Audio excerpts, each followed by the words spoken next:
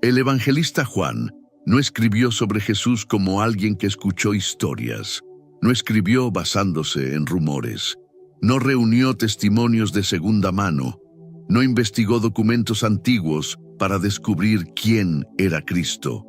Juan estuvo allí, lo vio caminar por los caminos polvorientos de Galilea, lo escuchó enseñar con una autoridad que nadie había oído jamás. Lo vio tocar a los leprosos cuando todos los demás se alejaban. Lo vio llorar frente a la tumba de un amigo. Lo vio calmar una tormenta con una sola palabra. Lo vio arrodillarse para lavar los pies de sus discípulos. Lo vio colgado en una cruz. Lo vio salir victorioso de una tumba vacía. Y durante décadas, después de todos aquellos acontecimientos, Juan meditó profundamente en todo lo que había vivido al lado de Jesús. Entonces tomó la pluma y escribió uno de los testimonios más extraordinarios de toda la historia. Pero aquí hay algo que muchos pasan por alto. Juan nunca escribió simplemente para contar lo que había sucedido. Él mismo reveló la razón por la que escribió su evangelio. No fue para satisfacer la curiosidad de las personas. No fue para producir un documento histórico. No fue para ganar un debate religioso.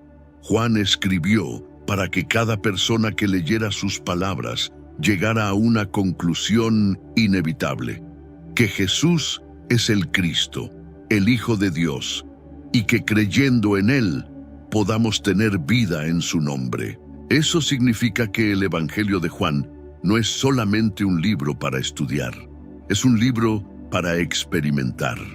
Cada página nos acerca un poco más al corazón de Cristo.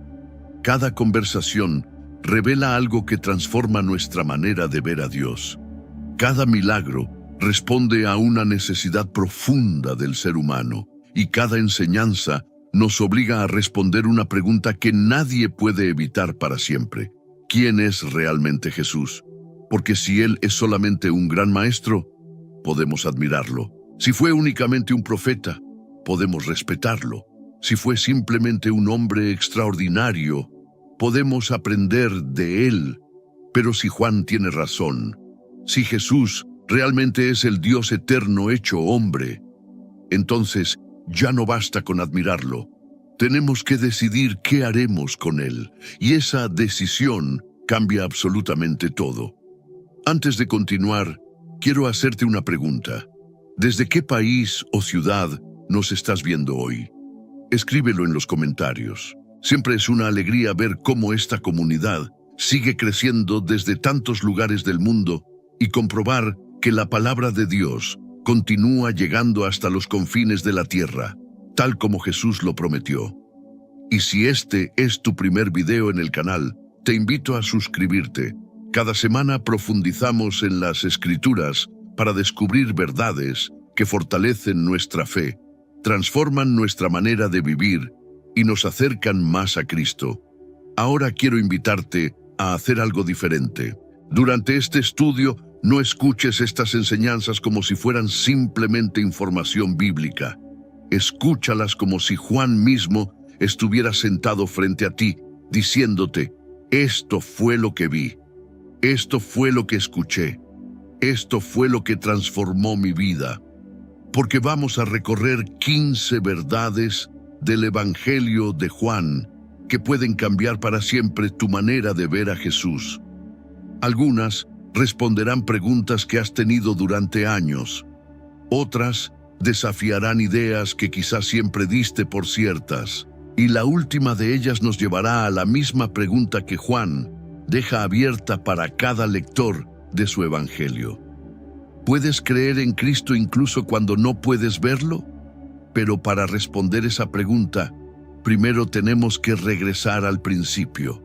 No al comienzo del ministerio de Jesús, no a su nacimiento en Belén, sino mucho antes, antes del tiempo, antes de la creación, antes de que existiera el universo.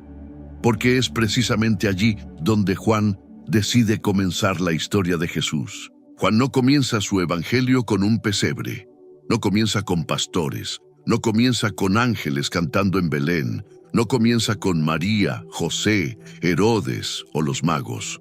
Juan comienza mucho antes de la historia humana, antes de Israel, antes de Abraham, antes de Adán, antes del sol, la luna y las estrellas, antes de que existiera una sola montaña, un solo océano o una sola criatura respirando sobre la tierra. Juan abre su evangelio llevándonos al misterio más profundo de todos. ¿Quién era Jesús antes de caminar entre nosotros? Porque para Juan no era suficiente decir que Jesús hizo milagros. No era suficiente decir que enseñó con autoridad. No era suficiente decir que fue crucificado y resucitó. Antes de mostrarnos lo que Jesús hizo, Juan quiere que entendamos quién es Jesús. Y por eso comienza con una declaración que todavía hoy sacude la historia. Verdad. 1. Jesús existía antes del principio. Juan 1:1 dice: en el principio era el Verbo, y el Verbo era con Dios, y el Verbo era Dios. Detente por un momento en esas palabras. Juan no dice, en el principio comenzó el Verbo. No dice, en el principio fue creado el Verbo. No dice, en el principio apareció el Verbo. Dice, en el principio era. Cuando todo comenzó, Él ya era. Cuando el tiempo tuvo su primer segundo, Él ya existía. Cuando la creación recibió su primer aliento, Él ya estaba allí. Esto significa que Jesús no entra en la historia como una criatura más. Él entra en la historia como aquel que estaba antes de la historia. No es simplemente un maestro iluminado. No es solo un profeta poderoso. No es una voz religiosa entre muchas. Juan lo llama el Verbo, la palabra eterna de Dios, la expresión perfecta de Dios, aquel por medio de quien Dios se da a conocer. Y después Juan añade algo todavía más fuerte. El Verbo era con Dios, y el Verbo era Dios, con Dios, y era Dios, distinto del Padre, pero plenamente Dios, en comunión eterna con el Padre, pero compartiendo la misma gloria divina. Juan está abriendo la puerta a un misterio que la mente humana jamás podrá agotar por completo. Jesús no comenzó en Belén. Belén fue el momento en que el Eterno entró en el tiempo, pero no fue el comienzo de su existencia. Por eso Juan continúa diciendo que todas las cosas fueron hechas por medio de Él, y que sin Él nada de lo que ha sido hecho fue hecho. Eso significa que el niño que un día sería acostado en un pesebre fue también aquel por medio de quien fueron creadas las estrellas. El hombre que caminó cansado junto al pozo de Samaria fue el mismo que diseñó los ríos y los mares. El Jesús que durmió en una barca durante una tormenta fue el mismo que dio existencia al viento y a las olas. El que lloró frente a la tumba de Lázaro fue el autor de la vida. Y eso cambia completamente la manera en que leemos el Evangelio de Juan, porque cuando Jesús habla, no estamos escuchando simplemente a un rabino del primer siglo, estamos escuchando al Creador hablando a su creación. Cuando Jesús manda, sus palabras no son sugerencias espirituales, son la voz de aquel que tiene autoridad sobre todo lo que existe. Cuando Jesús dice, sígueme, no es una invitación ligera, es el llamado del Señor de la historia. Y aquí comienza la primera confrontación del Evangelio de Juan. Porque muchas personas quieren recibir consuelo de Jesús sin someterse a su autoridad. Quieren sus promesas, pero no sus mandamientos. Quieren admirarlo, pero no obedecerlo. Quieren llamarlo Salvador, pero no Señor. Pero Juan no nos permite reducir a Jesús a una figura inspiradora. Desde el primer versículo nos obliga a mirar más alto. Jesús es eterno. Jesús es divino. Jesús es creador. Jesús es Dios. Y si eso es verdad, entonces la pregunta no es si sus enseñanzas encajan con nuestra opinión. La pregunta es si nuestra vida se está rindiendo a su verdad. Porque si Jesús creó todas las cosas, entonces también creó nuestro corazón. Si Él diseñó la vida, entonces Él sabe cómo debe ser vivida. Si Él sostiene todas las cosas, entonces también puedes sostener aquello que hoy sientes que se está derrumbando. Y si Él estaba antes del principio, también estará después del final. Por eso, cuando tu vida parece inestable, recuerda esta primera verdad de Juan. Jesús no es una ayuda temporal dentro de tu historia. Él es el Dios eterno que sostiene la historia completa. Pero Juan no se queda contemplando a Jesús solamente en la eternidad. La siguiente verdad es aún más asombrosa, porque el Dios eterno no decidió permanecer distante. El Creador no se quedó observando su creación desde lejos. Aquel que existía antes del principio hizo algo que nadie habría imaginado. Entró en nuestro mundo, tomó nuestra carne y habitó entre nosotros. Verdad 2. El Dios infinito. Decidió acercarse. Juan 1:14 dice, y aquel verbo fue hecho carne y habitó entre nosotros. Quizá estamos tan acostumbrados a escuchar esa frase que ya no sentimos su peso, pero estas palabras contienen uno de los misterios más extraordinarios de toda la fe cristiana. El verbo fue hecho carne, el eterno entró en el tiempo, el infinito aceptó límites, el invisible se hizo visible, el Creador caminó entre sus criaturas. Dios no envió simplemente instrucciones desde el cielo, no gritó mandamientos desde una distancia segura, no permaneció lejano, observando el dolor humano como alguien que no quiere involucrarse. Dios se acercó, y no se acercó de manera superficial, se hizo carne. Eso significa que Jesús conoció el cansancio, conoció el hambre, conoció la sed, conoció el rechazo, conoció la traición, conoció las lágrimas, conoció el dolor físico, conoció la presión de la tentación, conoció la tristeza profunda, conoció lo que significa ser malinterpretado, conoció lo que significa amar a personas que no siempre entendían su amor.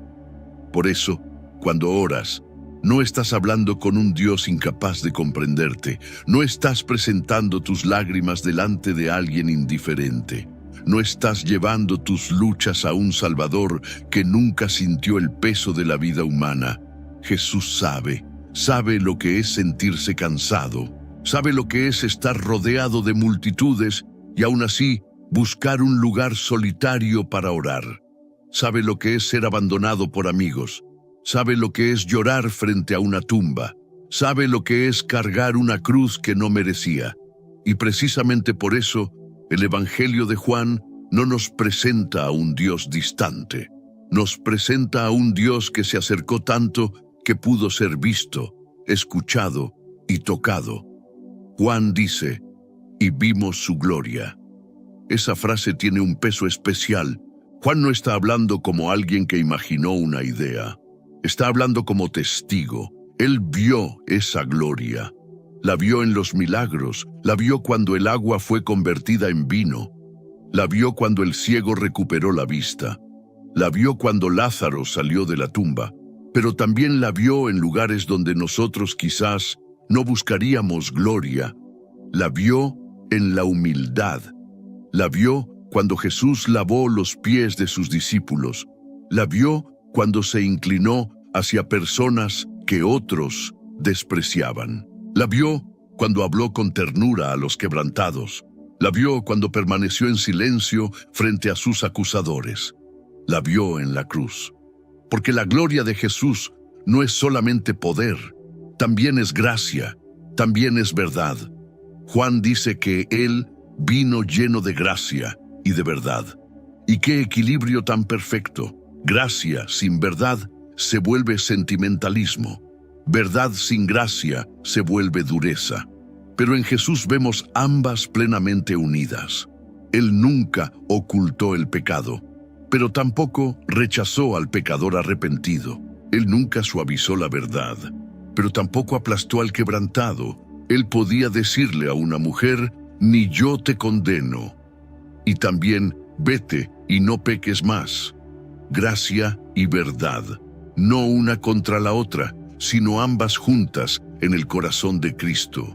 Y aquí hay algo que puede transformar profundamente tu manera de ver a Dios. Muchas personas imaginan a Dios como distante, frío, severo, casi imposible de agradar.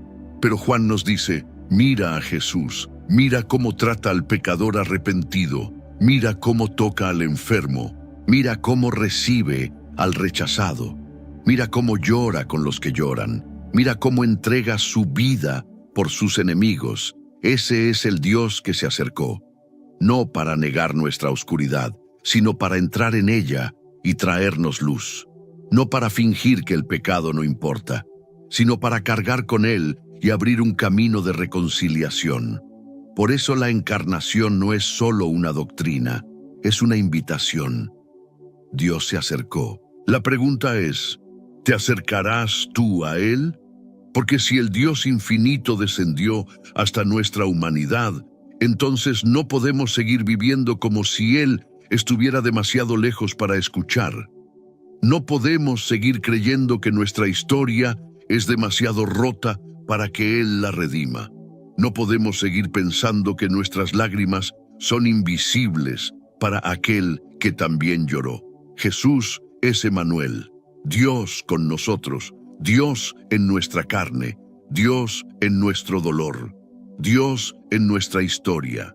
Pero Juan nos lleva todavía más profundo, porque si Jesús es el Verbo hecho carne, entonces su vida no solo nos muestra que Dios se acercó, nos muestra cómo es Dios, y esa es la tercera verdad que transforma por completo nuestra imagen del Padre. Verdad 3. Ver a Jesús. Es descubrir cómo es Dios. Durante siglos, el ser humano ha intentado imaginar cómo es Dios. Algunos lo imaginan como un juez severo, siempre listo para castigar. Otros lo imaginan como una fuerza lejana, impersonal, distante de los detalles de la vida humana. Otros lo imaginan como alguien que solo se acerca cuando hacemos todo bien. Pero el Evangelio de Juan nos da una respuesta mucho más clara. Si quieres saber cómo es Dios, mira a Jesús. Juan 1:18 dice que nadie vio jamás a Dios, pero el Hijo unigénito, que está en el seno del Padre, Él le ha dado a conocer. En otras palabras, Jesús no vino simplemente a hablar de Dios, vino a revelarlo. Más adelante Felipe le dijo a Jesús, Señor, muéstranos el Padre y nos basta. Y Jesús respondió, el que me ha visto a mí, ha visto al Padre. ¡Qué declaración tan profunda!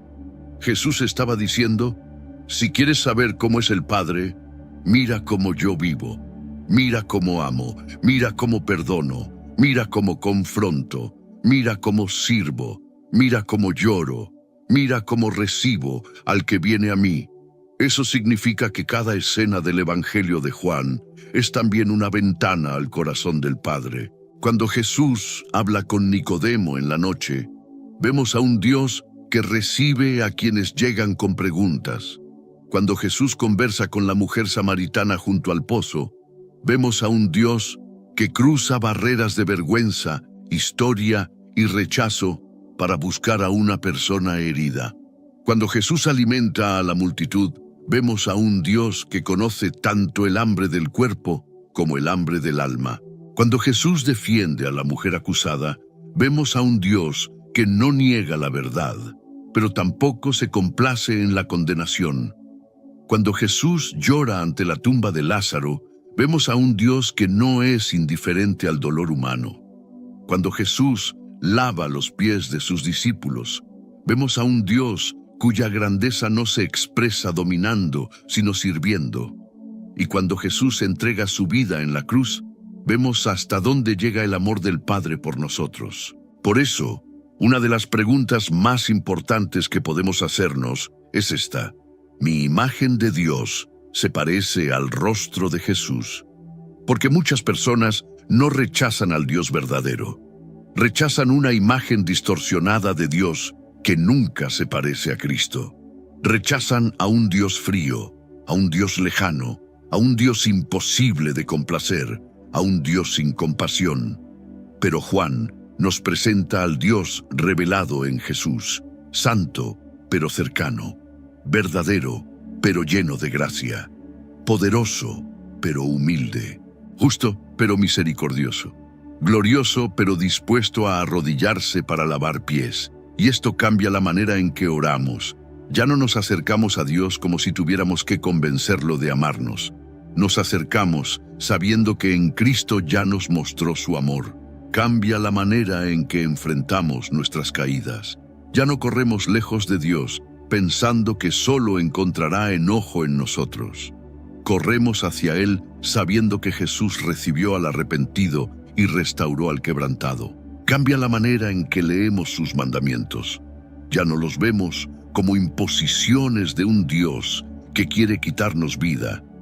Los vemos como palabras de aquel que es la vida y sabe exactamente lo que destruye y lo que salva el alma humana. Y cambia también la manera en que miramos a Jesús. Porque si Jesús revela al Padre, entonces no podemos decir que conocemos a Dios mientras ignoramos a Cristo. No podemos separar al Padre del Hijo. No podemos buscar una espiritualidad que admire a Dios, pero no se rinda ante Jesús. Juan no nos deja esa opción. El Dios invisible se hizo visible en Cristo. El corazón del Padre se reveló en el Hijo. La gloria eterna se acercó con un rostro humano. Y ahora, después de estas tres primeras verdades, comenzamos a entender por qué el Evangelio de Juan es tan poderoso. Jesús no es simplemente alguien que nos enseña cómo vivir. Él es el Dios eterno que creó todas las cosas. Él es el Verbo hecho carne que entró en nuestra historia. Él es la revelación perfecta del Padre. Pero aquí aparece una pregunta incómoda. Si Jesús revela tan claramente a Dios, si su luz brilló con tanta fuerza, si sus palabras tenían tanta autoridad, ¿por qué tantas personas religiosas estuvieron cerca de él y aún así no lo reconocieron? ¿Por qué algunos vieron sus milagros y permanecieron ciegos? ¿Por qué algunos escucharon sus enseñanzas y siguieron esclavos? ¿Por qué estar cerca de la religión no fue suficiente para recibir la vida que Jesús ofrecía? Esa pregunta nos lleva a la segunda parte de este estudio, porque Juan va a mostrarnos algo profundamente confrontador. Puedes saber mucho acerca de Dios y aún así necesitar nacer de nuevo. Después de descubrir quién es Jesús, Juan nos conduce hacia una realidad profundamente incómoda. Porque podríamos pensar que si Jesús era la revelación perfecta de Dios, si su gloria era tan evidente, si sus palabras tenían una autoridad incomparable, entonces todos los que estuvieron cerca de él habrían creído inmediatamente. Pero ocurrió exactamente lo contrario. Algunos de los hombres más religiosos de Israel pasaron horas escuchándolo. Vieron sus milagros, conocían las Escrituras, esperaban al Mesías y, aún así, no lograron reconocerlo. Eso debería hacernos una pregunta muy seria. ¿Es posible estar muy cerca de la religión y todavía muy lejos de Cristo? Juan responde esa pregunta con una conversación que ocurrió en medio de la noche. Una conversación entre Jesús y un hombre que, humanamente hablando, parecía tener todo para estar bien con Dios. Y sin embargo, Jesús le dijo algo que cambió por completo su manera de entender la salvación. Verdad. 4. Puedes ser religioso y todavía necesitar nacer. De nuevo, imagina la escena. Jerusalén duerme. Las calles están en silencio. Y un hombre importante decide buscar a Jesús cuando casi nadie puede verlo. Su nombre era Nicodemo. No era un incrédulo, no era un pagano, no era un hombre inmoral. Todo lo contrario, era fariseo, maestro de Israel, respetado, conocedor de las Escrituras. Probablemente muchas personas lo admiraban por su vida espiritual. Si hoy viviéramos en aquella época, posiblemente pensaríamos, si alguien ya está cerca del reino de Dios, debe ser Nicodemo. Pero Jesús sorprende completamente la conversación. Sin siquiera esperar la gran pregunta de Nicodemo, le dice, de cierto te digo, que el que no naciere de nuevo no puede ver el reino de Dios. ¡Qué respuesta tan inesperada! Jesús no le dice, necesitas estudiar un poco más. No le dice, debes esforzarte más. Ni siquiera le dice, debes corregir algunos errores. Le dice algo mucho más radical. Necesitas comenzar de nuevo, no mejorar, no reparar, no perfeccionar, nacer. Y aquí encontramos una de las enseñanzas más importantes de todo el Evangelio de Juan. La religión puede cambiar algunos comportamientos, pero solo Cristo puede transformar la naturaleza del corazón. Nicodemo conocía la ley, sabía orar, ayunaba, guardaba tradiciones, pero seguía necesitando aquello que ninguna disciplina religiosa podía producir: una nueva vida. Eso sigue siendo cierto hoy. Vivimos en una época donde muchas personas confunden actividad religiosa con vida espiritual. Van a la iglesia, conocen versículos, escuchan predicaciones, incluso sirven en ministerios, pero nunca han permitido que Cristo transforme realmente su corazón. Y existe una enorme diferencia entre ambas cosas. Puedes conocer acerca de Jesús y todavía no conocer a Jesús. Puedes admirar el cristianismo y nunca haber experimentado el nuevo nacimiento. Puedes aprender el lenguaje de la fe y seguir viviendo con el mismo corazón de siempre. Por eso Jesús utiliza la imagen del nacimiento. Piensa en un bebé. Nadie decide nacer por esfuerzo propio. El nacimiento siempre es el comienzo de una nueva vida. Y eso es exactamente lo que Cristo ofrece. No una versión mejorada de tu antiguo yo, sino una vida completamente nueva. Una nueva manera de pensar, una nueva relación con Dios, nuevos deseos, nuevas prioridades, una nueva identidad. Y observa algo hermoso. Jesús no humilla a Nicodemo, no lo avergüenza por no entender. Pacientemente comienza a explicarle que el nuevo nacimiento es una obra del Espíritu de Dios. No es algo que podamos fabricar, no es el resultado de acumular méritos. Es un regalo de la gracia de Dios recibido por la fe. Qué esperanza tan grande encontramos aquí, porque significa que nadie está demasiado lejos para comenzar de nuevo. No importa cuántos errores hayas cometido, no importa cuánto tiempo hayas vivido lejos de Dios, no importa si vienes de una vida llena de pecado o de una vida llena de religión, todos necesitamos exactamente lo mismo: nacer de nuevo. Quizá por eso esta conversación sigue siendo tan actual. Vivimos en un mundo obsesionado con reinventarse. Las personas cambian de trabajo, cambian de ciudad, cambian de apariencia, cambian de relaciones, cambian de filosofía, esperando que algo finalmente llene el vacío que sienten por dentro. Pero Jesús nos recuerda que el verdadero problema nunca ha sido solamente exterior. El problema está en el corazón, y por eso la solución también debe comenzar allí. Déjame hacerte una pregunta. Si quitaras todas las actividades religiosas de tu vida, ¿seguiría existiendo una relación viva con Cristo? Es una pregunta incómoda, pero también profundamente necesaria, porque el cristianismo nunca consistió simplemente en adoptar una nueva religión. Consistió en recibir una nueva vida. Y cuando esa vida comienza dentro de nosotros, todo lo demás empieza a cambiar. Sin embargo, Jesús no termina allí. Después de hablar del nuevo nacimiento, explica por qué tantas personas rechazan precisamente aquello que más necesitan.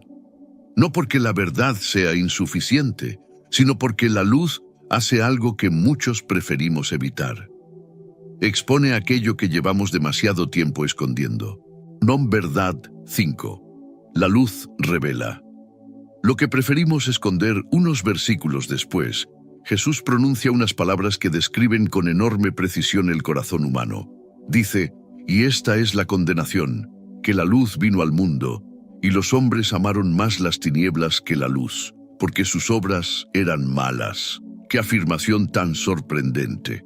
Jesús no dice que las personas rechazaron la luz porque no pudieron entenderla. Tampoco dice que la rechazaron porque faltaban pruebas. Dice algo mucho más profundo. Amaron más las tinieblas. Es decir, el problema no era solamente intelectual, era moral. El corazón humano muchas veces prefiere una oscuridad cómoda antes que una verdad que lo transforme. Y aquí debemos entender algo muy importante.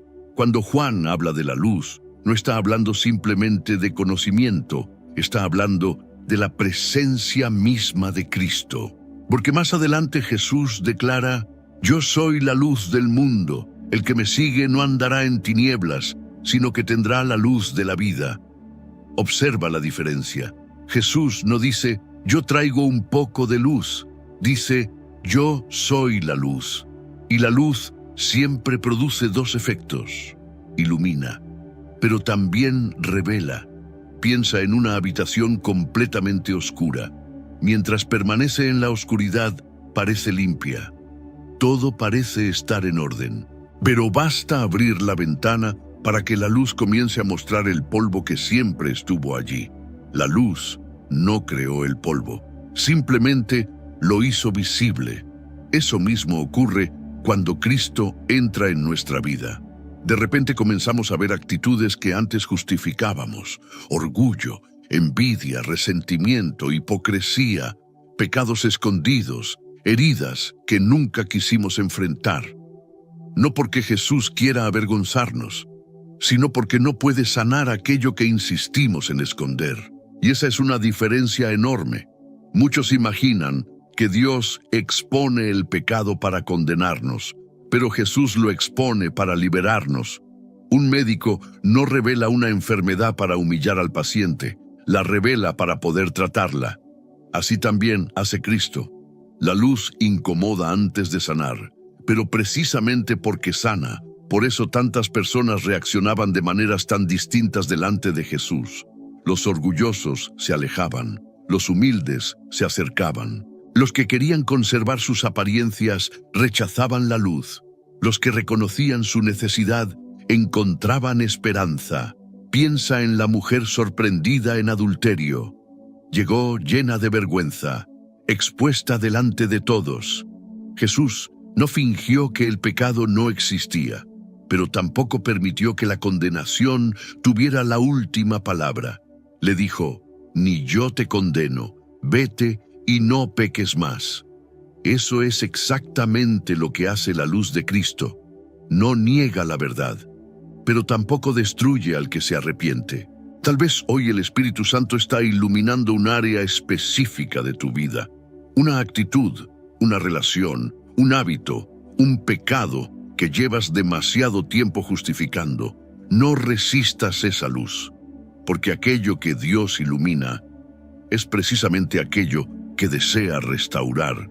La oscuridad promete protegernos, pero termina aprisionándonos. La luz puede incomodar por un momento, pero conduce a la libertad, y eso nos lleva a la siguiente verdad. Porque una vez que la luz revela nuestra condición, Jesús no nos deja simplemente con un diagnóstico. Nos ofrece algo que ninguna filosofía, ninguna religión y ningún sistema humano puede producir: verdadera libertad.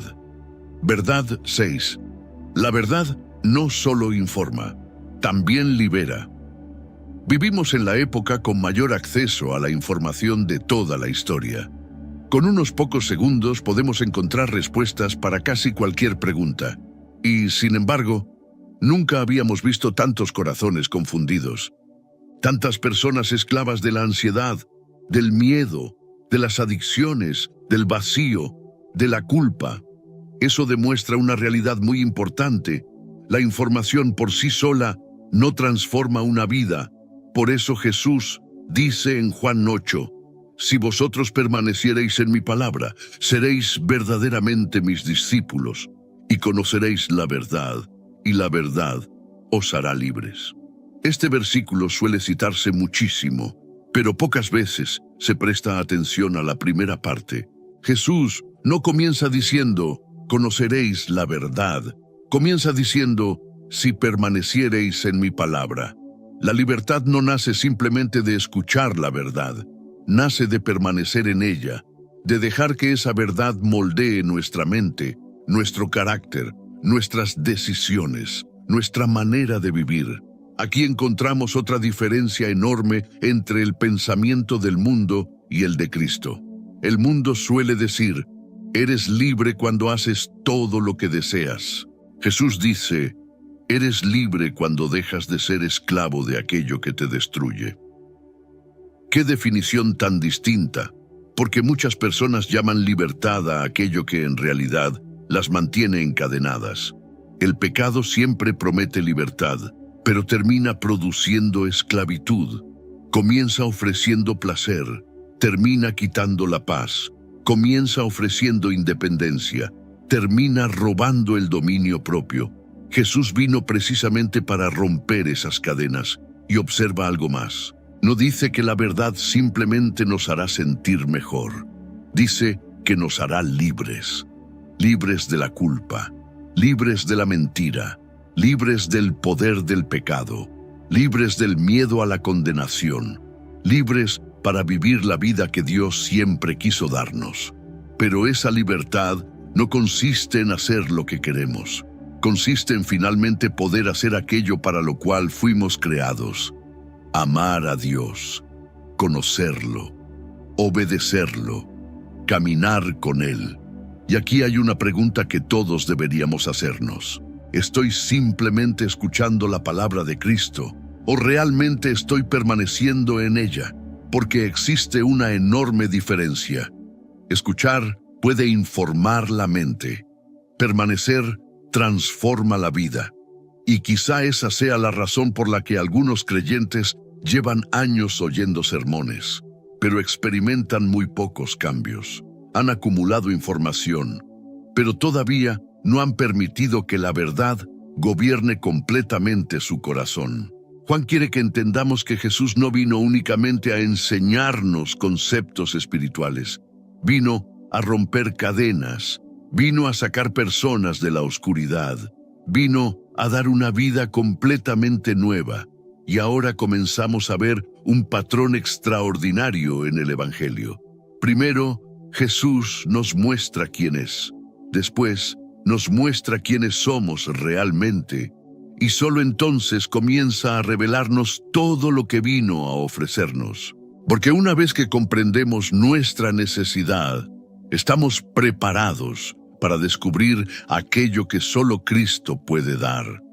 Y precisamente ahí nos llevará la siguiente parte de este estudio. Porque Juan presentará a Jesús con algunas de las declaraciones más poderosas de todo el Nuevo Testamento, no como alguien que simplemente señala el camino hacia la vida, sino como aquel que es la vida misma. Después de mostrarnos que la religión no puede reemplazar el nuevo nacimiento, después de revelar que la luz de Cristo expone aquello que preferimos esconder, y después de enseñarnos que la verdad no solo informa, sino que libera, Juan nos conduce hacia una de las partes más hermosas de su evangelio. Porque Jesús no vino únicamente a confrontar nuestra oscuridad, vino a ofrecernos vida, no una vida superficial, no una vida religiosa por fuera, pero vacía por dentro.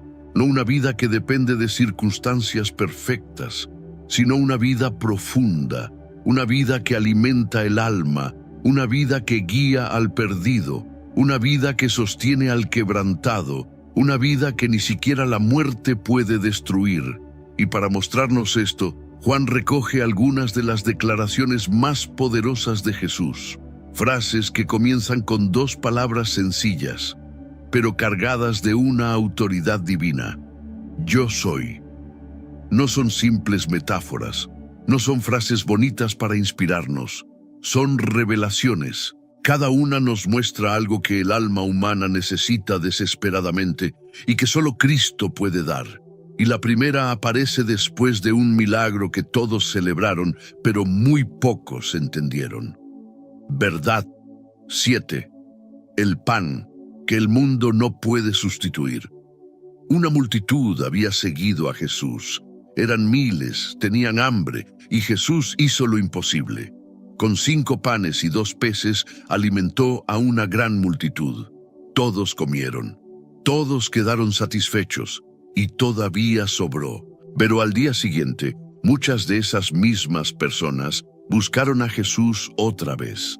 No necesariamente porque querían conocerlo más profundamente, sino porque querían más pan. Querían repetir el milagro. Querían que Jesús siguiera satisfaciendo sus necesidades inmediatas. Y entonces Jesús les dijo una de las frases más profundas del Evangelio de Juan: Yo soy el pan de vida. El que a mí viene nunca tendrá hambre, y el que en mí cree no tendrá sed jamás. ¡Qué declaración tan poderosa! Jesús no les dijo, yo puedo darles pan. Ya lo había demostrado. Les dijo, yo soy el pan. Porque el verdadero problema de aquella multitud no era solamente el hambre del estómago, era el hambre del alma. Y ese sigue siendo uno de los grandes problemas del ser humano. Tenemos hambre, hambre de amor, hambre de propósito, hambre de paz, hambre de aceptación, hambre de seguridad, hambre de algo que nos diga, tu vida tiene sentido. Y el mundo ofrece miles de sustitutos: éxito, dinero, relaciones, placer, reconocimiento, entretenimiento, logros, experiencias. Pero todos esos panes tienen algo en común. Pueden llenar por un momento, pero no pueden satisfacer para siempre. Por eso hay personas que consiguen aquello que tanto deseaban, y después de un tiempo descubren que siguen sintiendo el mismo vacío. Pensaron, cuando tenga esa relación estaré completo. Cuando gane más dinero, estaré tranquilo. Cuando alcance ese sueño, finalmente seré feliz. Pero después de conseguirlo, el corazón vuelve a preguntar, ¿y ahora qué? Porque el alma fue creada para algo más profundo que las cosas que este mundo puede ofrecer. Y aquí está la gran diferencia. El mundo ofrece distracciones para el hambre. Cristo ofrece alimento para el alma. El mundo te entretiene para que no sientas el vacío. Cristo entra en ese vacío y lo llena con su presencia.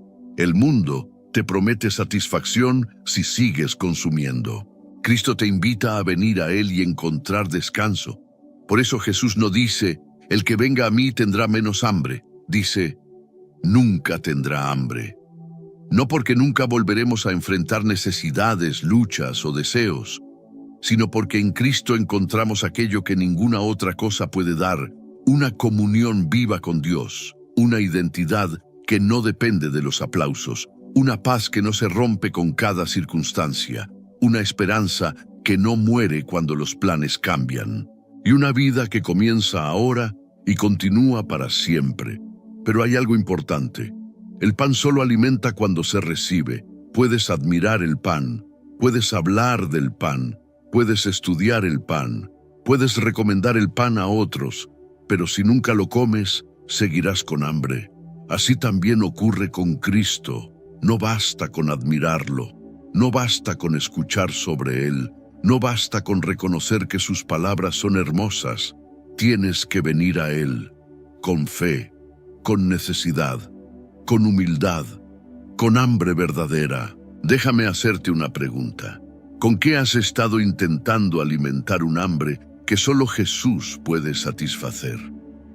Porque muchas veces nuestro cansancio espiritual no viene de que Cristo no sea suficiente.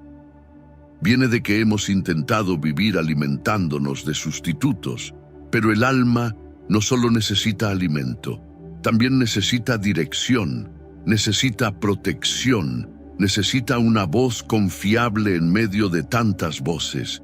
Y por eso Juan nos lleva a otra imagen poderosa. Jesús no solo es el pan que alimenta, también es el pastor que conoce a sus ovejas por nombre. Verdad 8. El pastor, que conoce tu nombre. En Juan 10, Jesús utiliza una imagen que sus oyentes entendían muy bien, la imagen del pastor. En aquella época, las ovejas dependían completamente del pastor. Necesitaban que alguien las guiara hacia pastos, que las llevara hacia agua, que las protegiera de ladrones y depredadores, que las llamara cuando se dispersaban, que las trajera de regreso cuando se perdían. Una oveja sin pastor era vulnerable, confusa, expuesta, y Jesús toma esa imagen para revelar algo profundamente personal sobre su relación con nosotros. Primero dice, yo soy la puerta, y después dice, yo soy el buen pastor. Ambas imágenes se complementan. Como puerta, Jesús es el acceso a la salvación, a la seguridad, al refugio de Dios. Como pastor, Jesús no solo nos deja entrar, nos cuida, nos guía, nos conoce, nos sostiene. Y esto es hermoso, porque muchas personas imaginan la fe cristiana como simplemente entrar en una religión. Pero Jesús la presenta como entrar en una relación con un pastor vivo.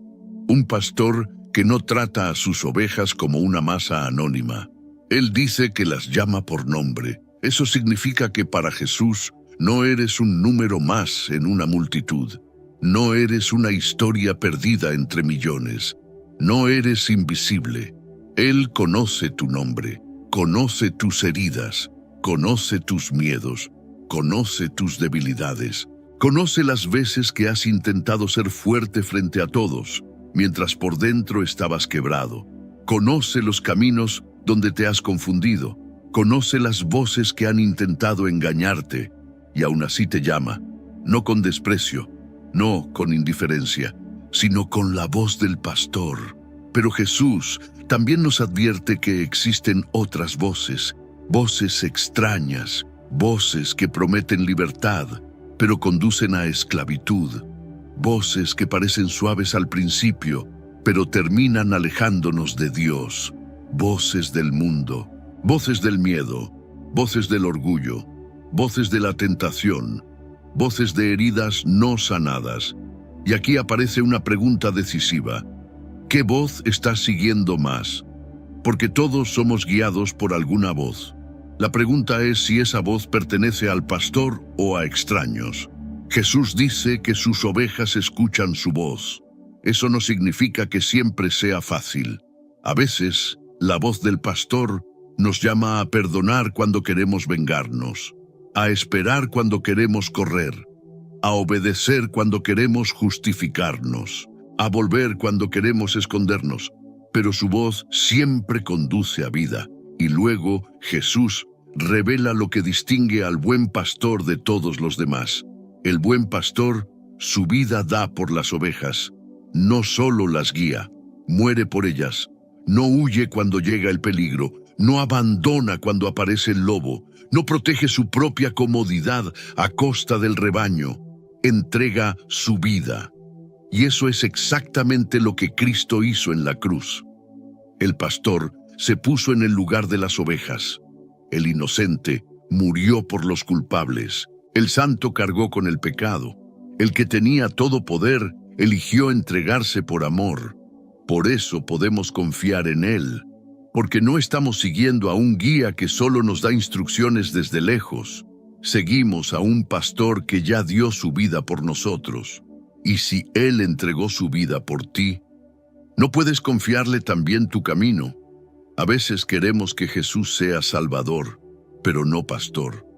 Queremos que nos perdone, pero no que nos guíe. Queremos entrar por la puerta, pero luego seguir caminando según nuestras propias ideas. Pero el Evangelio de Juan no separa esas cosas. El que salva también guía. El que da vida también dirige. El que murió por las ovejas también las llama a seguir su voz. Pregúntate hoy, ¿estoy caminando cerca del pastor o me he acostumbrado a escuchar voces que me alejan de él? Porque el alma necesita alimento, necesita dirección, necesita protección. Pero Juan nos lleva todavía más lejos. Hay un enemigo que ningún pastor humano puede derrotar definitivamente. Un enemigo que visita cada casa, que interrumpe cada historia, que ningún dinero, talento o conocimiento puede evitar: la muerte. Y precisamente frente a una tumba, Jesús revelará una verdad que cambia para siempre la manera en que entendemos la vida. Verdad 9. La vida, que ni la tumba puede destruir. Hay momentos donde la teología deja de ser una idea abstracta. y se convierte en una necesidad urgente. Eso ocurre en Juan 11. Lázaro ha muerto. Marta y María están devastadas. La casa está llena de duelo. Las preguntas están en el aire y una frase se repite con dolor. Señor, si hubieses estado aquí, mi hermano no habría muerto. Quizá alguna vez has sentido algo parecido. Señor, si hubieras intervenido, si hubieras respondido antes, si hubieras llegado a tiempo, si hubieras hecho algo. Marta no está pronunciando una frase fría. Está hablando desde el dolor de una hermana que acaba de perder a alguien que amaba. Y Jesús no responde con una explicación larga sobre el sufrimiento. No le da un discurso distante. No le entrega una teoría. Le dice algo mucho más poderoso. Yo soy la resurrección y la vida. El que cree en mí, aunque esté muerto, vivirá. Observa bien.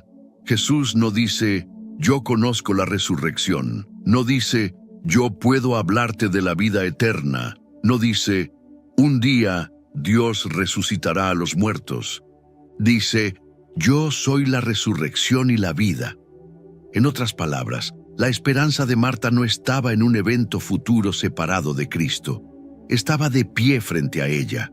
Jesús no solo promete vida después de la muerte. Él es la vida delante de la muerte. Y eso cambia todo, porque Jesús pronunció esas palabras junto a una tumba, no en un templo decorado, no en una conversación cómoda, no en un momento de celebración.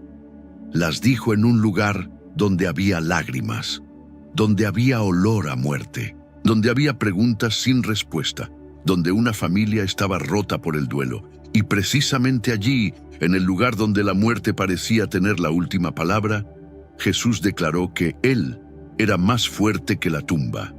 Luego pidió que quitaran la piedra. Marta dudó, porque la realidad era dura. Lázaro llevaba 4 días muerto. No era una enfermedad, no era un malentendido, no era una esperanza humana débil, era muerte real. Pero Jesús clamó, Lázaro, ven fuera. Y el muerto salió. ¡Qué imagen tan extraordinaria! La voz que en Juan 1 creó todas las cosas. Ahora llama a un hombre desde la tumba, y la muerte obedece, porque frente a Cristo, incluso la tumba pierde su autoridad final. Esta verdad no elimina nuestras lágrimas. Jesús mismo lloró, y eso es muy importante. La esperanza cristiana no nos convierte en personas frías, no nos pide fingir que la pérdida no duele, no nos dice que las despedidas no importan. Jesús lloró sabiendo que iba a resucitar a Lázaro. Eso significa que puedes tener fe y llorar.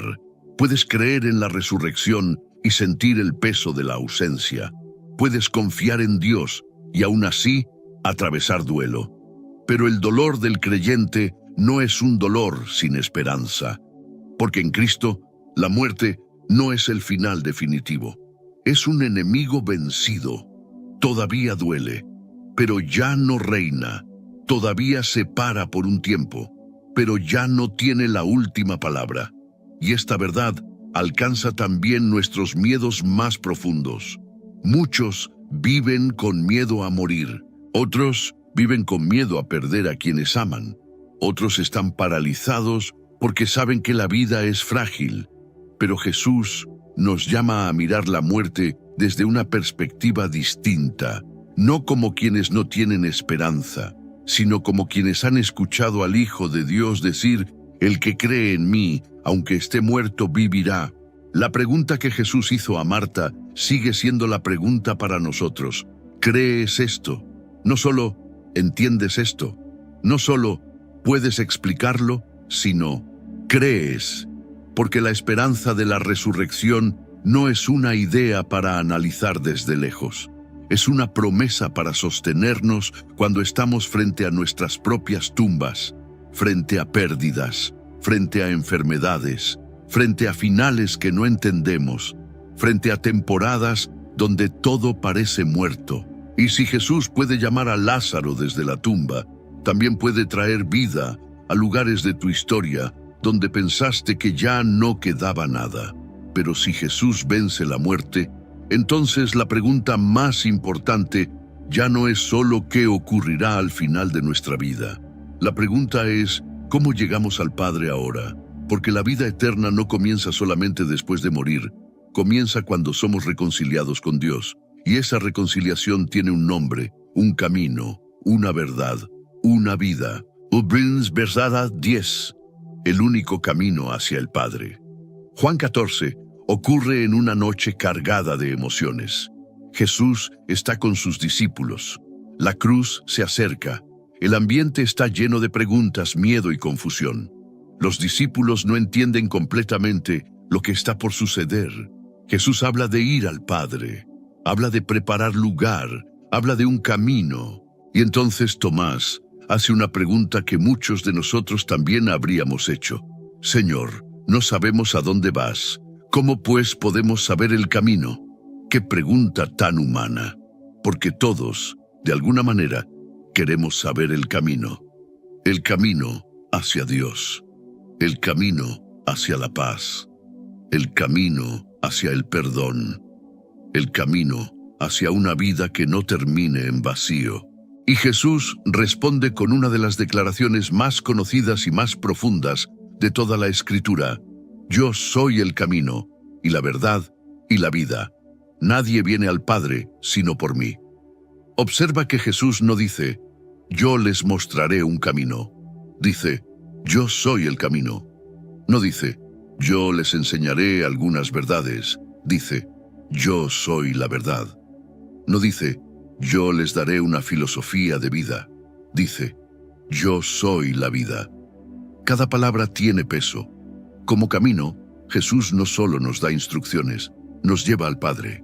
Como verdad, Jesús no solo responde preguntas, revela la realidad como realmente es.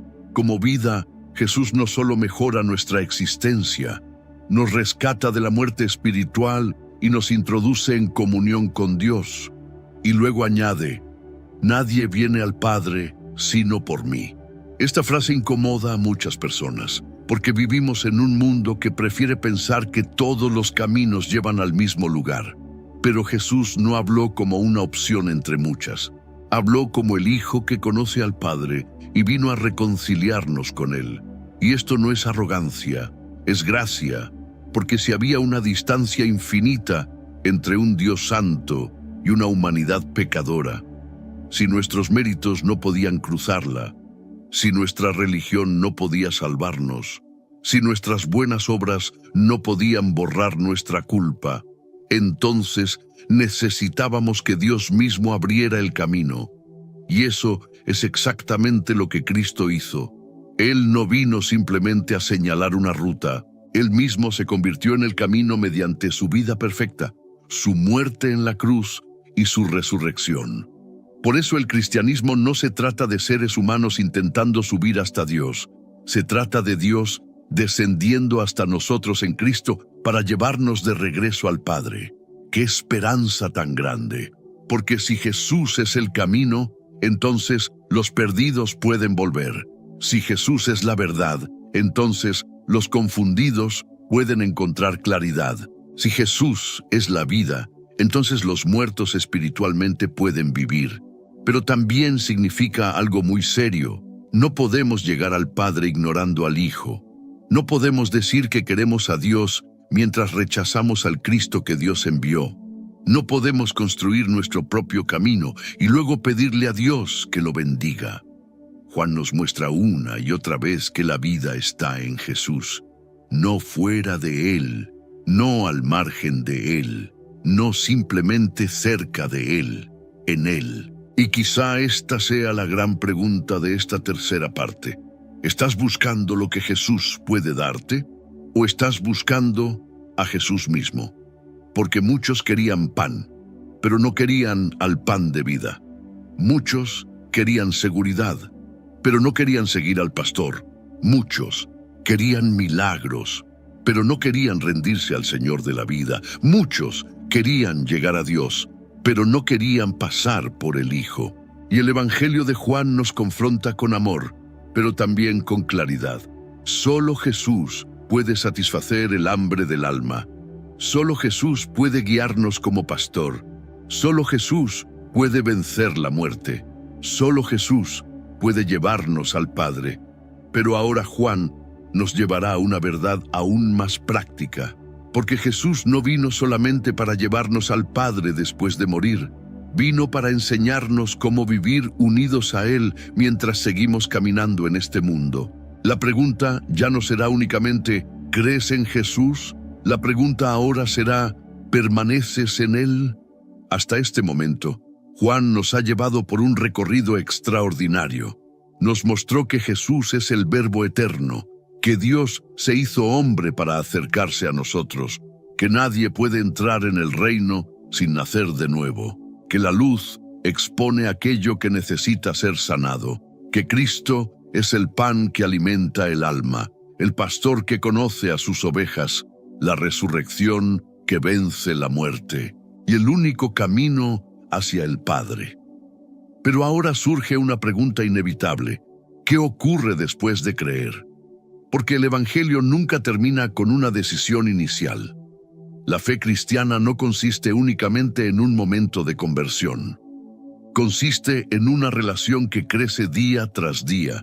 Muchos piensan que el objetivo es simplemente llegar a conocer a Jesús.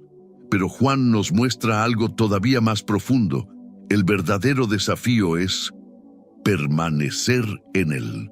Y es precisamente aquí donde el Evangelio deja de hablar solamente de quién es Cristo y comienza a mostrarnos cómo vive alguien que realmente lo conoce. Verdad. 11. Sin permanecer en Él, el esfuerzo se vuelve estéril. Nos encontramos ahora en las últimas horas antes de la cruz. Jesús sabe que pronto ya no caminará físicamente con sus discípulos. Ellos están confundidos, tienen miedo, no imaginan cómo podrán continuar cuando Él ya no esté a su lado. Y entonces Jesús utiliza una imagen sencilla, pero absolutamente transformadora. Yo soy la vid verdadera y mi Padre es el labrador. Luego añade, permaneced en mí y yo en vosotros, porque separados de mí nada podéis hacer. Detente un momento en esa última frase. Separados de mí nada podéis hacer. No dice, pueden hacer muy poco. No dice, les costará más trabajo. Dice, nada. Qué diferente es esto de la manera en que normalmente pensamos. Vivimos en una cultura obsesionada con el rendimiento. Más productividad, más esfuerzo, más estrategias, más resultados. Y muchas veces trasladamos esa misma mentalidad a nuestra vida espiritual. Pensamos que crecer consiste en esforzarnos más, en hacer más actividades, en llenar nuestra agenda de compromisos cristianos. Pero Jesús cambia completamente la perspectiva. No comienza hablando de trabajar, comienza hablando de permanecer, porque el fruto nunca comienza en las ramas, comienza en la vid. Las ramas no producen vida por sí mismas, simplemente permanecen unidas a la fuente de esa vida, y precisamente por eso producen fruto. ¡Qué hermosa imagen de la vida cristiana! Muchos creyentes viven agotados intentando producir aquello que solo puede nacer de una relación profunda con Cristo. Intentan fabricar paciencia, intentan fabricar gozo, intentan fabricar paz, intentan fabricar amor, pero el fruto del Espíritu nunca se produce por presión, se produce por comunión. Mientras más cerca permanecemos de Cristo, más naturalmente comenzamos a parecernos a Él. Eso no significa pasividad, significa dependencia. Hay una enorme diferencia. Permanecer no es dejar de obedecer. Permanecer es dejar de creer que podemos vivir la vida cristiana con nuestras propias fuerzas. Piensa en una rama. No lucha desesperadamente para producir uvas. Simplemente permanece unida a la vid. La vida fluye y el fruto aparece. Así también ocurre con nosotros. Cuando nuestra prioridad deja de ser hacer cosas para Jesús y comienza a ser caminar diariamente con Jesús, nuestra vida empieza a transformarse desde adentro Por eso Jesús utiliza una palabra que se repite constantemente en este discurso: permanecer, no visitar, no recordar ocasionalmente, no acercarse solamente cuando hay problemas. Permanecer, habitar, vivir cerca, mantener una comunión continua. Y aquí aparece una pregunta muy importante.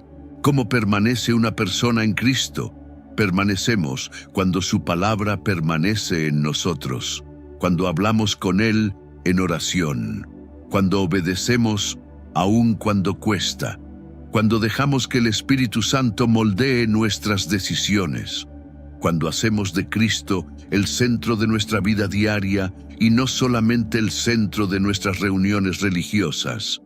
Porque permanecer no es un evento, es un estilo de vida. Y quizá esta sea una de las frases más importantes de todo este estudio. Permanecer no es hacer más para Jesús, es dejar de intentar vivir separado de Él. ¿Cuántas veces nuestro agotamiento espiritual no viene porque Dios nos haya abandonado? Viene porque llevamos demasiado tiempo intentando producir fruto desconectados de la vid, trabajando sin depender, sirviendo sin orar, haciendo ministerio sin intimidad, intentando cambiar por fuerza de voluntad aquello que solo Cristo puede transformar. Y Jesús también habla de algo que no siempre entendemos: la poda. Dice que el Padre poda las ramas que dan fruto. Eso parece extraño. ¿Por qué podar precisamente aquello que ya está produciendo? Porque el objetivo del Padre no es solamente que demos fruto, es que demos más fruto. Y muchas veces esa poda duele. Hay temporadas donde Dios elimina cosas que parecían buenas: planes, hábitos, relaciones, comodidades, seguridades. No porque quiera castigarnos, sino porque conoce aquello que está impidiendo que crezcamos. Toda poda parece una pérdida cuando ocurre, pero después descubrimos que estaba preparando una cosecha mucho mayor. Quizá hoy estés atravesando una temporada donde Dios está quitando algo de tu vida. Tal vez no lo entiendes, tal vez incluso duele, pero recuerda esto: el labrador nunca poda para destruir la vid. La poda siempre tiene como propósito producir más vida. Y cuando una persona realmente permanece en Cristo, comienza a aparecer un fruto que el mundo puede reconocer inmediatamente. No es el conocimiento, no es el talento, no es la fama, es el amor. Verdad 12. El amor es la evidencia que el mundo puede ver. Pocas horas antes de ir a la cruz, Jesús reunió a sus discípulos alrededor de una mesa. Ellos esperaban una última enseñanza. Quizá imaginaban que Jesús hablaría sobre estrategias para extender el reino, o sobre cómo organizar el futuro. Pero ocurrió algo completamente inesperado. Jesús se levantó, tomó una toalla, se arrodilló y comenzó a lavar los pies de sus discípulos. El maestro hizo el trabajo del siervo. El Señor se inclinó delante de aquellos que pocas horas después lo abandonarían. ¡Qué escena tan extraordinaria! Porque antes de hablar sobre el amor, Jesús decidió mostrarlo. Y después de lavar sus pies les dijo: un mandamiento nuevo os doy, que os améis unos a otros, como yo os he amado. Observa cuidadosamente. Jesús no dice simplemente: ama a tu prójimo. Dice: como yo os he amado. Ese cambia completamente el estándar. Nuestro modelo ya no es el amor humano, es el amor de Cristo, un amor que sirve, que perdona, que permanece, que sacrifica, que busca el bien del otro incluso cuando cuesta. Y luego Jesús añade unas palabras que deberían hacernos reflexionar profundamente. En esto conocerán todos que sois mis discípulos, si tuviereis amor los unos con los otros. No dice: conocerán que son mis discípulos por la cantidad de información bíblica que poseen. No dice: por la belleza de sus edificios. Ni siquiera dice: por la cantidad de milagros. Dice: por el amor. ¡Qué desafío tan grande para nosotros! porque vivimos en una época donde es relativamente fácil ganar discusiones, pero mucho más difícil amar como Cristo amó. Podemos conocer mucha doctrina, podemos citar versículos, podemos defender correctamente la verdad, y aún así olvidar aquello que Jesús llamó la evidencia visible del discipulado: el amor. Más adelante, Juan retomará exactamente esta enseñanza en su primera carta, y dirá una frase que resume todo su mensaje: Dios es amor. No dice solamente que Dios ama, dice que el amor forma parte de su propia naturaleza. Eso significa que cuanto más conocemos a Dios, más debería parecerse nuestra vida al amor de Cristo. Pero debemos tener cuidado, porque el amor bíblico no es sentimentalismo, no consiste simplemente en ser amable. El amor de Cristo dice la verdad, corrige cuando es necesario, perdona, sirve, es paciente, busca reconciliar, celebra la verdad, carga con el peso del otro, y permanece incluso cuando amar resulta difícil. Piensa en cómo Jesús trató a Pedro. Sabía que lo negaría, y aún así le lavó los pies. Sabía que Judas lo traicionaría, y aún así compartió la mesa con él. Eso no significa aprobar el pecado, significa amar incluso cuando el otro todavía no ha cambiado, porque así nos amó Cristo a nosotros. Déjame hacerte una pregunta. Si alguien observara la manera en que tratas a tu familia, a tus hermanos en la fe, a quienes piensan diferente, ¿podría reconocer en ti el amor de Jesús? Es una pregunta incómoda, pero también necesaria, porque Juan insiste una y otra vez en que el amor no es un accesorio de la vida cristiana. Es una evidencia de que realmente conocemos al Señor. Sin embargo, aquí aparece un equilibrio muy importante, porque algunas personas piensan que amar significa ignorar la verdad. Jesús jamás hizo eso. Para él, el amor y la obediencia siempre caminaron juntos, y precisamente por eso, la siguiente enseñanza completa todo lo que acabamos de descubrir. Verdad 13. Obedecer. No compra su amor, demuestra que lo hemos recibido. Vivimos en un tiempo donde muchas personas entienden mal la relación entre el amor de Dios y la obediencia. Algunos creen que deben obedecer para conseguir que Dios los ame. Otros piensan que, como Dios ama incondicionalmente, la obediencia ya no importa.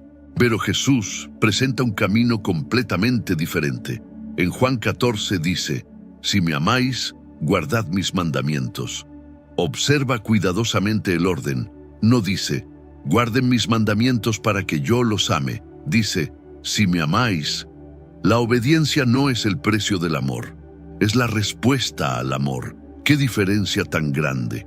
Imagina un hijo que abraza a su padre solamente para recibir un regalo. Ese abrazo tiene un interés escondido.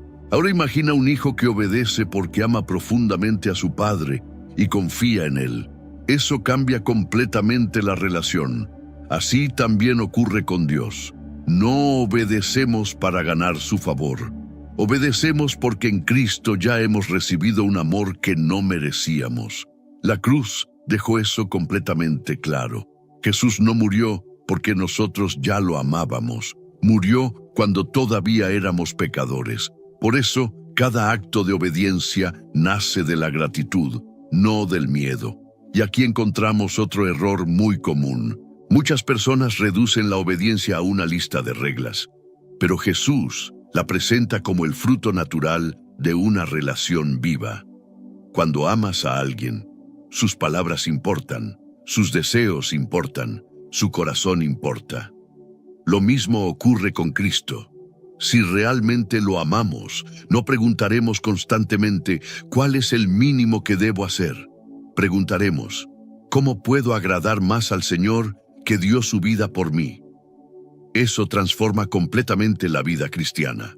La obediencia deja de sentirse como una carga, se convierte en una expresión de amor. Y sí, habrá momentos difíciles, momentos donde obedecer significará perdonar cuando preferiríamos guardar rencor.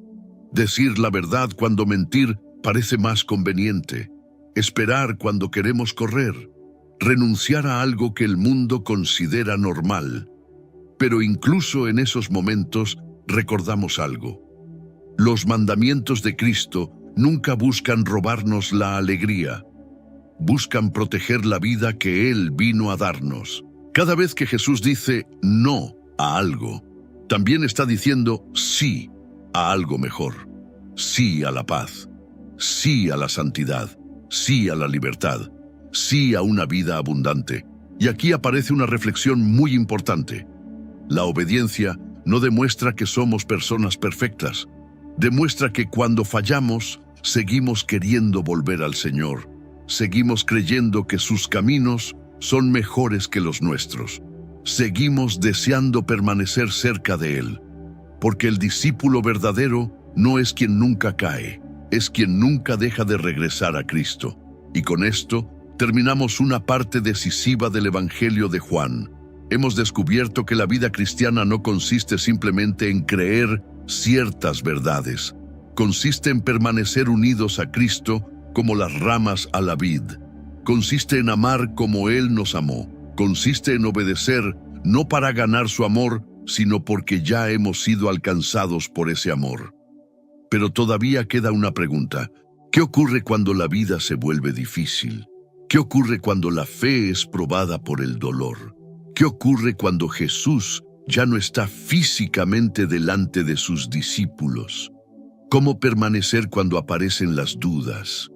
¿Cómo seguir creyendo cuando no podemos verlo? Juan sabía que todos enfrentaríamos esos momentos y precisamente por eso reservó algunas de las palabras más consoladoras de Jesús para el final de su evangelio. Porque antes de ir a la cruz, el Señor hizo una promesa que sigue sosteniendo a cada creyente hasta el día de hoy. No estarán solos. Jesús acababa de hablar de permanecer, de amar, de obedecer. Pero ahora el Evangelio de Juan nos lleva a una realidad que todo creyente termina enfrentando. Porque permanecer en Cristo suena hermoso cuando todo está tranquilo. Amar parece más sencillo cuando nadie nos hiere. Obedecer parece más fácil cuando el camino es claro. Pero ¿qué ocurre cuando la fe es probada? ¿Qué ocurre cuando no entendemos lo que Dios está haciendo? ¿Qué ocurre cuando Jesús parece silencioso? ¿Qué ocurre cuando el dolor, la duda o la incertidumbre comienzan a golpear la puerta del corazón? Juan no ignora esas preguntas. Al contrario, nos muestra que Jesús preparó a sus discípulos precisamente para esos momentos. La cruz se acercaba. La oscuridad estaba a punto de caer sobre Jerusalén. Los discípulos no lo entendían todavía, pero estaban a punto de vivir la noche más confusa de sus vidas.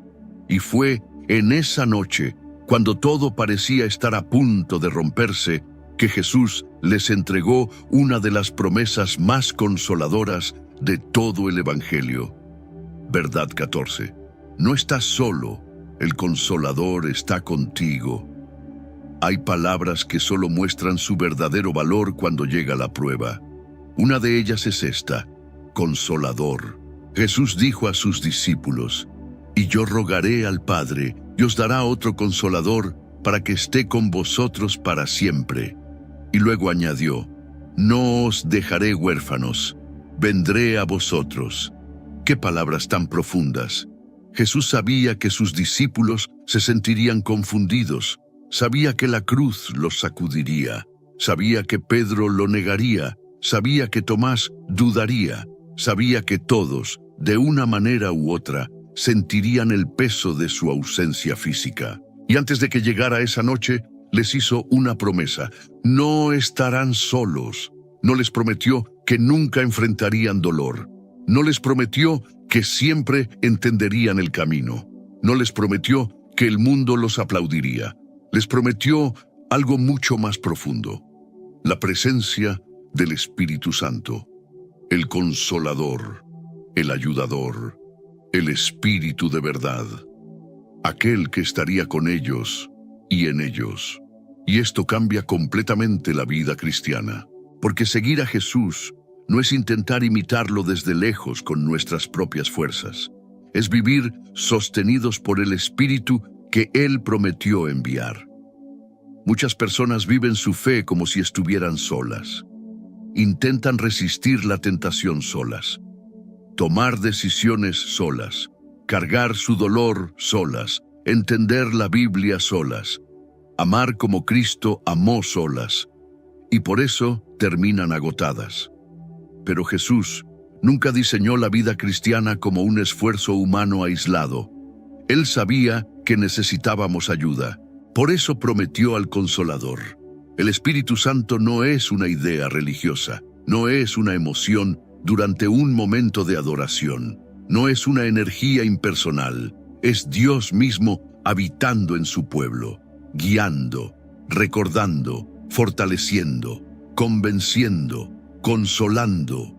Jesús también dijo que el Espíritu de verdad nos guiaría a toda verdad. Eso significa que cuando la confusión llega, no estamos abandonados a nuestra propia sabiduría. Cuando no sabemos cómo orar, no estamos solos. Cuando el miedo intenta controlar nuestra mente, no estamos sin ayuda. Cuando la palabra parece difícil de entender, el mismo Espíritu que inspiró las Escrituras ilumina nuestro corazón para recibirlas. Y hay algo profundamente tierno en la frase de Jesús: no os dejaré huérfanos. Un huérfano se siente desprotegido, sin padre, sin casa, sin alguien que lo defienda, sin una voz familiar que le diga: estoy contigo. Jesús mira a sus discípulos antes de la cruz y les dice: no vivirán así, no serán huérfanos espirituales, no caminarán solos por un mundo hostil, no dependerán únicamente de sus fuerzas. El Espíritu Santo estará con ustedes. Y si eso fue verdad para ellos, también es verdad para nosotros. Tal vez hoy estás atravesando una etapa donde te sientes solo. Tal vez oras y sientes que las respuestas tardan. Tal vez estás obedeciendo, pero el camino se ha vuelto difícil. Tal vez sientes que tu fe ya no tiene la fuerza de antes. Escucha esta promesa: no estás solo. Cristo no te dejó huérfano. El Consolador sigue obrando. A veces no lo sentirás de manera intensa, a veces no verás señales espectaculares, pero Él está contigo, recordándote la verdad, sosteniéndote cuando no tienes fuerzas, trayendo convicción cuando te alejas, dándote paz cuando el mundo no puede explicarla y guiándote de regreso a Cristo una y otra vez. Porque esa es una de las obras más hermosas del Espíritu Santo.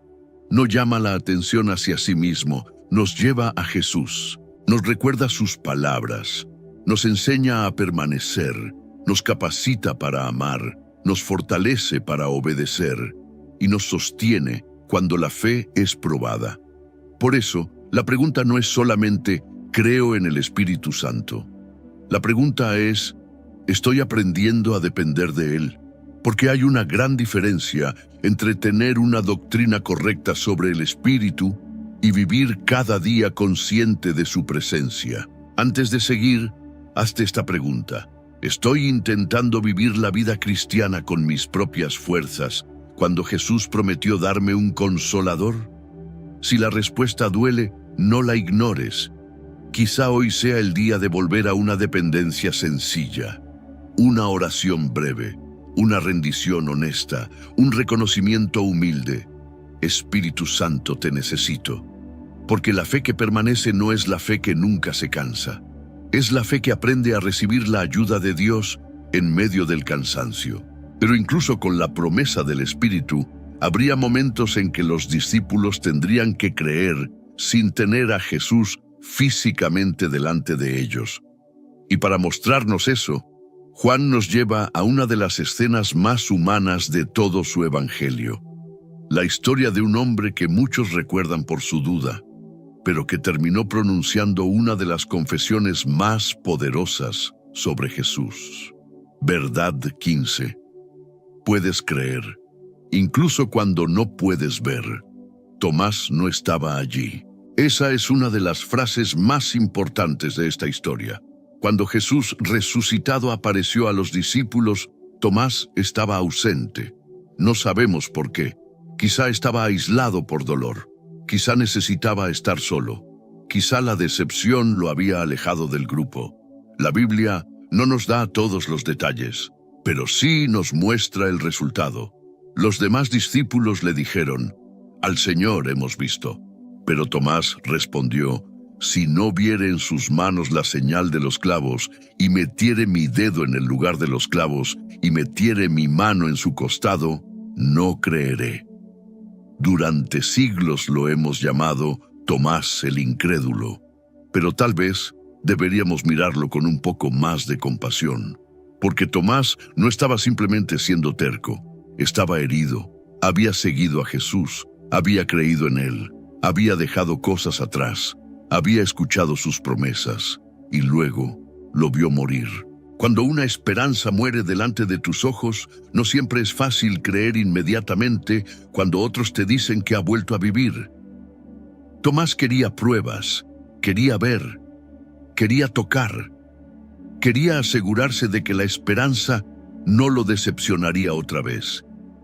Y quizá por eso su historia sigue hablando tan profundamente a nosotros, porque todos, en algún momento, enfrentamos temporadas donde la fe parece más difícil, momentos donde otros cantan con alegría, pero nosotros apenas podemos orar, momentos donde escuchamos testimonios, pero por dentro pensamos: «Señor, ¿y conmigo?». Momentos donde queremos creer, pero hay heridas que todavía duelen, y entonces aparece Jesús. 8 días después, las puertas estaban cerradas, los discípulos estaban reunidos, y Jesús se puso en medio de ellos. No comenzó reprendiendo a Tomás, no lo humilló frente a los demás, no le dijo: «Después de todo lo que viste, ¿cómo pudiste dudar?». En cambio, se acercó a él con una gracia impresionante. Le dijo: «Pon aquí tu dedo y mira mis manos, y acerca tu mano y métela en mi costado, y no seas incrédulo, sino creyente». Jesús no ignoró la duda de Tomás, la enfrentó con verdad, pero también la encontró con misericordia. Y esto nos revela algo precioso del corazón de Cristo. Jesús no tiene miedo de acercarse a personas que están luchando con preguntas sinceras. No rechaza al que viene con un corazón herido, no aplasta la fe débil, no apaga el pábilo que humea. Él se acerca, muestra sus heridas y llama nuevamente a creer. Entonces Tomás responde con una de las confesiones más profundas de todo el Nuevo Testamento: «Señor mío y Dios mío». ¡Qué cambio! El hombre que dijo: «Si no veo, no creeré», ahora está frente al Cristo resucitado y no dice simplemente: «Ahora creo que estás vivo». Dice: «Señor mío y Dios mío». La duda no tuvo la última palabra, la gracia sí. Y luego Jesús pronuncia una frase que nos incluye a todos nosotros: «Porque me has visto, Tomás, creíste. Bienaventurados los que no vieron y creyeron». Ahí estamos nosotros. No vimos físicamente a Jesús caminar por Galilea, no vimos el agua convertirse en vino, no vimos a Lázaro salir de la tumba, no estuvimos en el aposento alto, no tocamos las heridas del resucitado, y sin embargo, Juan escribió para nosotros, para los que no vimos. Pero podemos creer, para los que no escuchamos su voz audible, pero recibimos su palabra, para los que no pusimos nuestros dedos en sus heridas, pero fuimos salvados por ellas. Y aquí llegamos al propósito central del Evangelio. Juan dice: «Pero estas se han escrito para que creáis que Jesús es el Cristo, el Hijo de Dios, y para que creyendo tengáis vida en su nombre». Ahora todo encaja.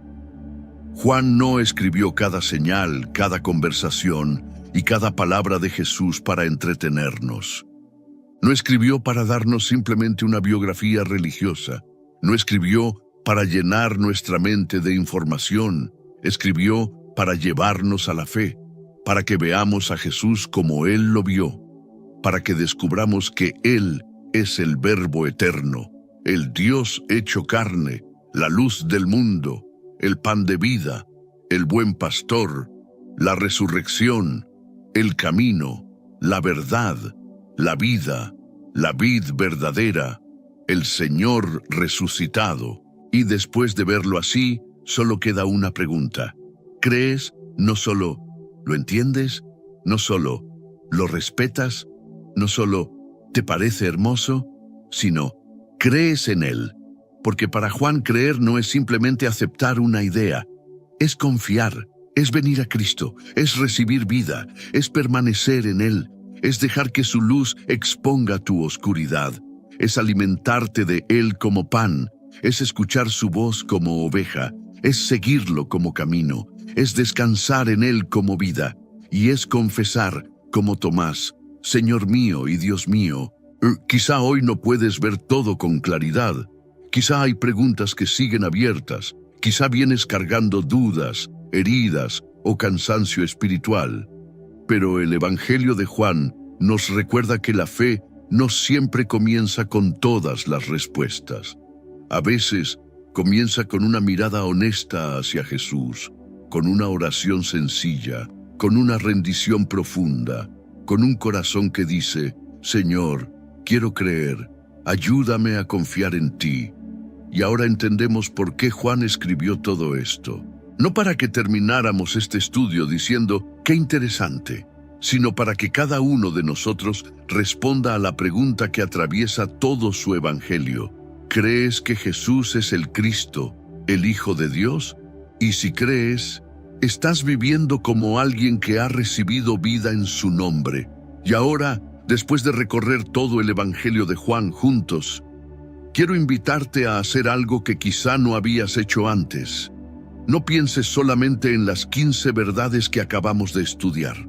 Piensa en el camino que Juan nos hizo recorrer, porque si observas con atención, descubrirás que nada fue casual. Juan comenzó antes del tiempo. Nos mostró a Jesús como el Verbo eterno. Después nos mostró al Dios que decidió acercarse a nosotros. Luego nos hizo entrar en una conversación con Nicodemo para enseñarnos que la religión nunca podrá reemplazar una vida transformada.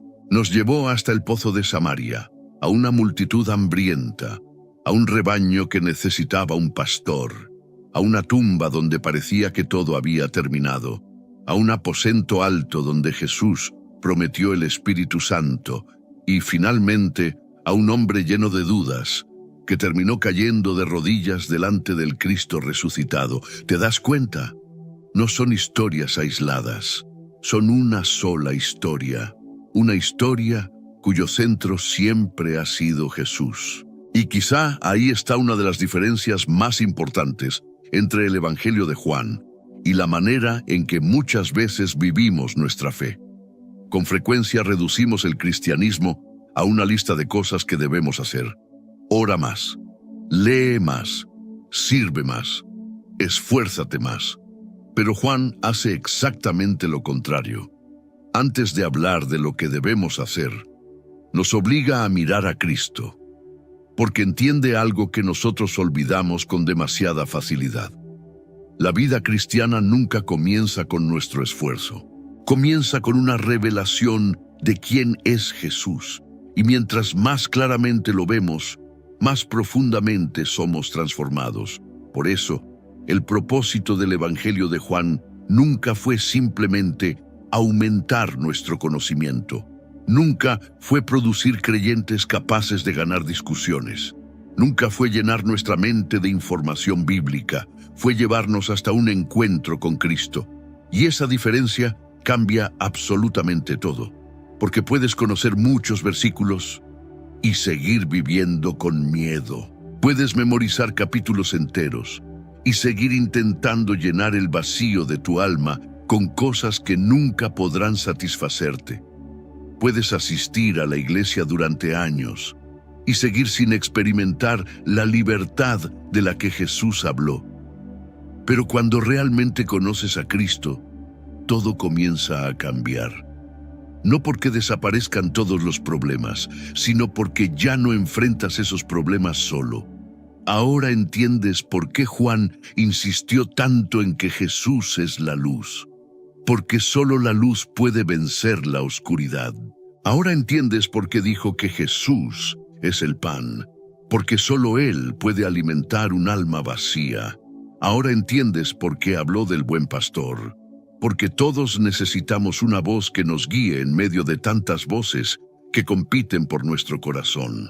Ahora entiendes por qué Jesús dijo que es la resurrección y la vida, porque incluso aquello que más tememos ya no tiene la última palabra. Ahora entiendes por qué habló de permanecer en la vid, porque la vida cristiana nunca fue diseñada para vivirse desconectada de Cristo. Y ahora entiendes por qué Juan terminó hablando de Tomás, porque tarde o temprano todos tendremos momentos donde la fe será puesta a prueba, momentos donde las respuestas parecerán tardar, momentos donde las lágrimas serán más abundantes que las certezas, momentos donde, como Tomás, diremos en silencio: Señor, necesito que me ayudes a creer. Y quizá ese sea uno de los mensajes más esperanzadores de todo este evangelio. Jesús nunca rechazó a quien se acercó sinceramente a Él. Recibió a Nicodemo con sus preguntas, recibió a la mujer samaritana con su pasado, recibió a Marta con su dolor, restauró a Pedro después de su fracaso y salió al encuentro de Tomás en medio de sus dudas. Eso significa que también puede encontrarse contigo.